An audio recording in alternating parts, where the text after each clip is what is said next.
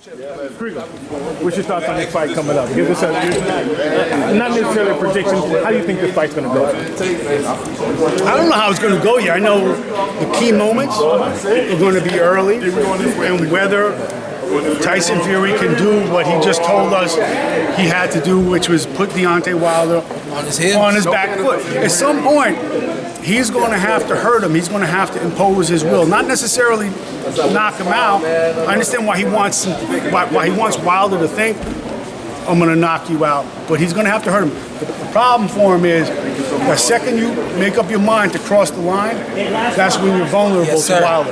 Once you make that move, bang. And listening to him today reminded me of when I was getting prepared for Errol Spence. I think the number one thing we kind of focused on was doing something that no one else had done. And I think when we were able to go out there and do things that no one had done against Errol Spence, we were very successful doing that.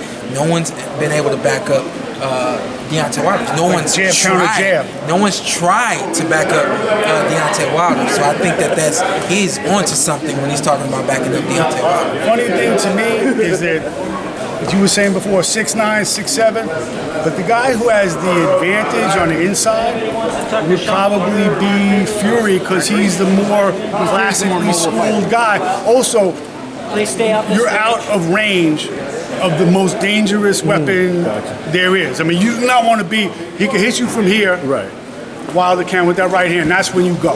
You can watch 4 fights of Deontay Wilder. Every fight, when he hits the guy with the right hand, is at the very end of that punch. There's never, you don't see him hitting guys very close range with an overhand right or short right hand. That's not his specialty. That's not what he does. So you got to be on the end of that. So I really like what Tyson Fury is talking about, working on the inside. So remember how Riddick, big as he was, especially at that time, he could come with the uppercuts and he knew what to do inside. I think Fury might be able to do some of that. And that's why I was just going to ask you, do you think that eliminates some of his power by getting inside? Does he have those short punching, does he have that short punching power? And he talked about it too, knocking him out in the second round. He can't do that fighting inside, can you? In my opinion. What I know about boxing, this is what I know about being in there and fighting, this is what I do. When you get touched more than you're used to getting touched, that does something to you up here. If Tyson Fury is able to get on the inside of Deontay Wilder, which is something he didn't do in the very first fight, and be effective, that's going to do something to Deontay Wilder's mentality and set something up along the lines going on with the fight. You know what I don't think happens? Fury can't get knocked out on the inside if he's hugging him on the inside and playing on the inside. You know, so again, that's a safer place for him to be, and you know, he doesn't have to win by knockout. The other guys, Wilder's probably going to have to win by knockout. I agree with that. But Shawn, what you said about the getting knocked out, with the confidence that Fury has now about the second round, do you really think he has that confidence after going down? That remains to be seen. I think that is from the opening bell, we'll see if everything he's saying is something he really plans to initiate. Right now, none of us can really fathom it, let alone believe it. So I think that's something that remains to be seen. Does he have the power to do it? I'm really not sure. I don't think so. At the same time, heavyweights, they have a different type of power. They have a different type of punch. And so, you know, Deontay Wilder has said that he has pillows for hands, but it's the heavyweight division. Sometimes you never see those punches coming. I got a question for you. Do you think Fury really believes he's going to take him out in 2, or he just wants to put it in his head? I believe, honestly, my honest answer to that is I believe that Tyson Fury is crazy enough to think that he can do it. Is crazy enough to try it. And he's crazy enough to the point now where he wants to do that. Gentlemen, where do you guys stand on the importance as far as for Wilder in varying his punches a little bit more? I mean, openly, he loaded up on the right hand in the past fight. Fury was able to see it coming, use some of that evasive movement to get out of the way. And, you know, obviously he ended up setting up the big knockdown with the left hook. Where do you think a punch like that will count? I don't know if it's really a left hook, but the most important punch in boxing is the one that Wilder should be using more, and that's the jab. And that's the jab, and if he can hold his own in a battle of the jab, something he hasn't done then he has the advantage. That makes the fight very interesting. Understand boxing as you two do. Wilder was really patient in that Ortiz fight. He wasn't looking to win rounds. He just kind of was patient and hung in there and waited for his right punch. Is that a key to victory here in this fight? Or do you see anything like that transparent in this fight here? I don't think that he can wait in quite the same way he waited on Ortiz. Something about Ortiz, I fought you before, man. I know you're going to go down. I'm going to wait. There was a great stillness to him.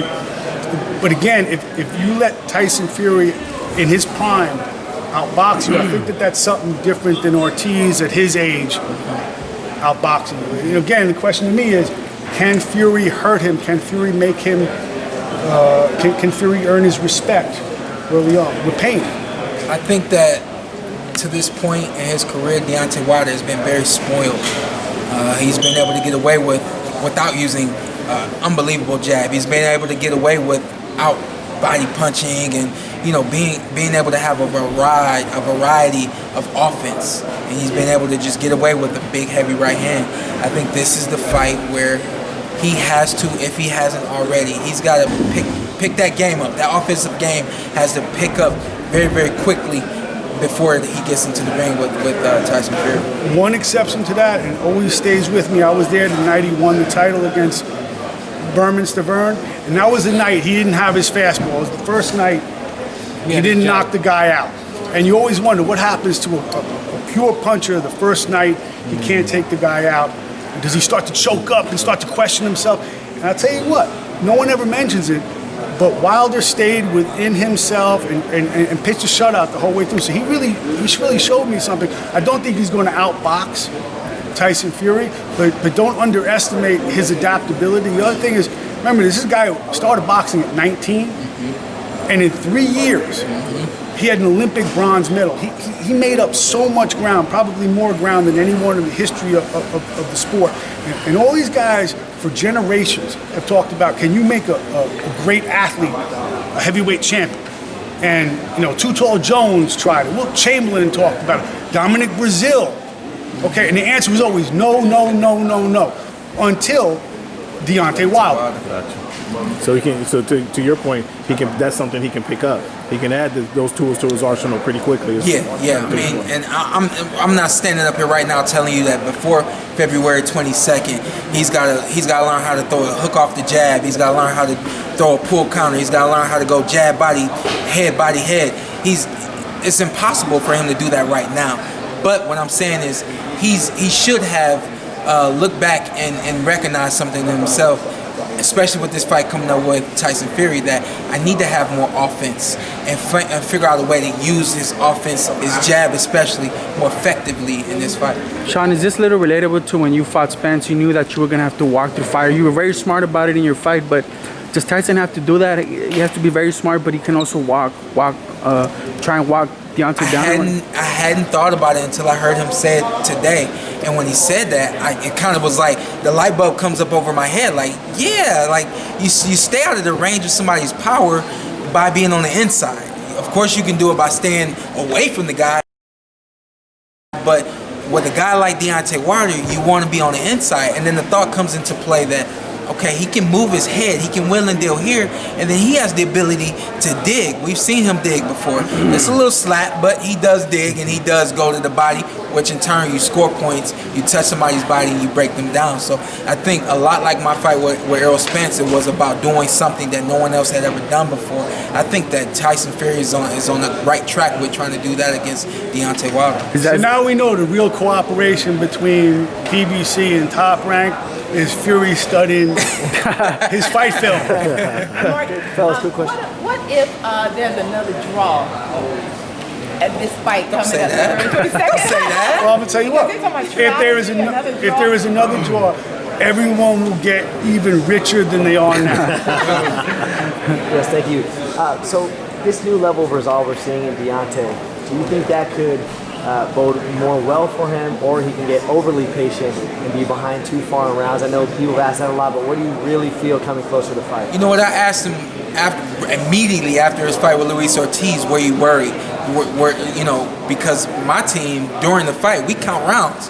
We know coming back to the corner, if I won or lost, if I need to pick it up, how to set the pace.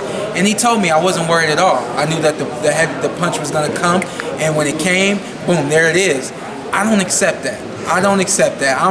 You know, even when he gave me the answer, I was like, oh, all right. You got to be a little worried. You got to be a little concerned when the clock starts to tick and you recognize that I have not won a round in this fight. I don't think he can be as patient as he was against Luis Ortiz. I got a question for you. Do you think that he was worried the first time against Fury? Yes. I do. And that's why he got jumpy. No, yeah, exactly. He was worried. He got jumpy. He started to rush, and he wasn't uneasy. He was very uneasy in the ring. And I think in turn, his punches were too wide. His punches were not direct. Anxious. They were not direct. The very first punch that he knocked him down with, I think in the 7th round, it actually ended up being more of an overhand right, and it was because he was just trying to find Fury. I think this time around he is going to be more patient, but I do think that jab needs to move, and he has to be able to set that right hand up, opposed to just waiting, which is what he did in the fight with Luis Ortiz. And Tyson told me in the first fight, in that 12th round, it was the moment he thought he was so big and bad that he wasn't worried anymore. And whatever you got, I could take.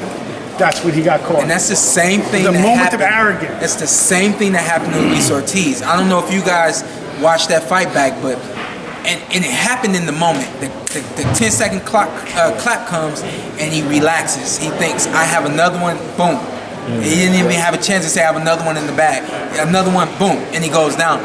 When you get relaxed in the ring, it's just something about Deontay Wilder's timing. He's able to catch you sleeping, and when he catches you sleeping, you go to sleep. It's not just the moment that you step to Deontay, it's the moment where you're thinking about stepping to him, and that's when he gets you. It's that tiny microsecond of but that's what makes him special. Decision making. That's what makes him special.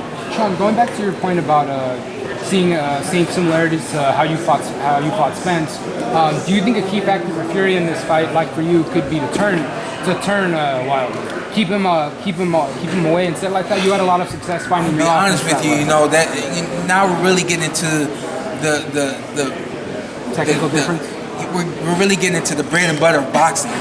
You know, because when you turn fighters that aren't good at using their feet and being able to touch you, then now you take something away from them. You start to make them anxious. You start to make them feel uneasy in the ring. I think, you know, again, we're talking about Tyson Fury working on the inside. Once you work on the inside, step around opposed to coming right back into that power. When you step around, you're going to force Deontay Wilder. Now the punch isn't here. I have to hold this and turn and find you, and it sets everything up. But he knows how to do that. He has the technique to do that. Deontay Wilder? No, yes. Deontay Wilder, again, we haven't seen anyone really get on the inside of Deontay, and we haven't really seen anyone force him to change his level and what he does. He's able to get everybody right here. We haven't had, no one has challenged Deontay Wilder to do anything different from what he does. You mentioned in your fights that your corner counts the rounds. Yeah. And so you guys know where you're at. Yeah. Would you guys like to see, you as well, would you like to see live scoring for boxing? What do you guys think? What's your thoughts on that? I'm selective. I don't know. We could argue about it over beer, especially if you're buying. I had it. I'll tell you what I would like. Go ahead. I'll tell you what I would like. My ex-father-in-law told me this. The 12th round should be a 10-8 round. Think about that, so that, you know, no one can do like the old De La Hoya Trinidad. Exactly what I think. What do you mean? I thought I had it there. Yeah. Everyone told me I had it. No, you know that in a close fight, the winner of that 12 is going to be the winner. So everyone goes balls to the wall. The problem with open scoring is it changes the temperature in the ring. What I mean by that is we had open scoring as the amateurs in the amateur program, and we were up by 3 points in that last round. You weren't going after a guy. You were making that guy come after you. You were moving. You were milking the clock, and you're doing what you had to do to hold on to that 3-point lead. You know, so I think the same thing would go in the professionals. I think it changes the dynamic of the fight. It's a funny thing though, because you have open scoring in every other damn sport, and no one cares like in basketball if you're going to kill the clock, or in football if you take a knee. You know what's going to happen. You know when it's coming. But the only thing is you got to protect the judges during the fight, because if they do the bogus scoring they sometimes do, someone's going to house them. I'm kind of thinking another way. That's too long, but I was thinking that would kind of put the judges on front now. Now they have to be real. Yeah. Now they have to be. And something, I don't mean to digress here, but it might not be the worst thing in the world. I mean, I covered a fight a couple of weeks ago. We were sitting up there going, how did that even happen? How is it a split decision? And the credibility of the sport is at stake. With every one of these decisions, you scratch your head, go, how did the guy come up with that? Shawn, how much does Tyson Fury have to be careful with his power, knowing that he can't take it and get back up, but you fighting Spence, you know that you're going to have to rely on your chin, that if you do get hit, you can take it and come back up to be able to win. He's crazy. I love that about him in this fight. I feel that he is crazy enough to be confident in anything that he wants to do in this fight going into this fight with Deontay Wilder. The fact that he's crazy leads me to believe that he understands that I'm going to get hit, and no matter what, I got to keep going, and I got to knock this guy out first. So Shawn, I love it. quick question. Who needs to change their game plan more? Because a lot of pros have it like, hey, we think the same thing's going to happen again. So with that said, who really needs to change their game plan more to come out and make the honestly, based on the first fight, who needs to change their fighting style and game plan more is Deontay Wilder. Deontay Wilder needs to be more effective through the rounds offensively. Because if you give up the same amount of rounds that you gave up last time, but you don't get as many knockdowns, then you get a bad result. That's what's going to happen. Shawn, do you think actually that's actually the key to Tyson Fury to the fight? Because I noticed that It needs to be the key. when he knocks out Royce, he has his legs stretched out to get all that power stick on. Like, you think Tyson going inside, that's eliminating frame spread. Cool. Yeah, I love that. I love the fact that he. You want to throw it out there? Go ahead. Even if at least he said it. Said it means he's at least thinking about it. I think he definitely needs to consider being on the inside with Deontay Wilder. Not the entire fight, but just in different points of the fight. See, the thing is, when you're able to change the level of the game, you're able to become unpredictable, and you're able to make that fighter start to think and start to hesitate. And I think if he's able to get Deontay Wilder to do that, he may be going on to something winning this fight. Because I noticed that Wilder throws wide punches inside. That's the thing about this fight with Deontay. If you're close to Deontay, he's gonna let his hands go. But in the first one we had Tyson Fury moving a lot. We had Tyson Fury using his head, and then he was putting his hands down, doing a lot of this, and it really had Deontay for a lot of the fight. He was being very hesitant, and then he just started swinging for the fences. Best thing Deontay could do: jab, jab, jab some more. Instead of listening to the taunts, shoot a straight punch down the middle. See where it gets. Do you think that Deontay Wilder is all set with his skills? That he can actually bring something new to the table? He can and he should. Yes, he can and he should. It's never too late to improve. I'm trying to improve every fight that I have, every training camp that I have. We're up here right now talking about what Deontay Wilder doesn't do, but we're all saying it's something that he should do. He is more than capable, unbelievable athlete. He's not just a big power punching heavyweight. He's an unbelievable athlete. Played basketball growing up. He's fast, he's quick, and he has that eye. He has that killer instinct, and I think that is definitely going to come into play in this fight. What would warrant a trilogy? Tyson Fury wins. Deontay Wilder is going to want revenge, and I think Tyson Fury is crazy enough to give him that rematch. Deontay Wilder wins. Tyson Fury is crazy enough to call him out, and I think if it's exciting enough, they will do it again. Almost anything warrants rematch. The only thing that wouldn't warrant a rematch is if it sucks. I actually very much doubt this fight will suck. Yeah. You have two guys at the height of their games, and the other factor is we really haven't talked about is when they first started this, Fury was in a didn't really know what he had. He had just come back from a suicidal depression, lost 100 pounds. His own dad said, "You're going to be crippled if you take this fight." I don't think he really knew what he had. That night, getting up in the 12th round, let him know what he had, how good he truly was when really tested. Another factor is, we forget about it, Anthony Joshua got beat. And I wasn't really impressed with the way he beat a fat guy in Andy Ruiz. So there's no doubt that the winner on February 22nd is the baddest man. So you have a financial and a reputational motivation for each guy to want it back, and I'm sure they're going to make enough money, they'll want it back.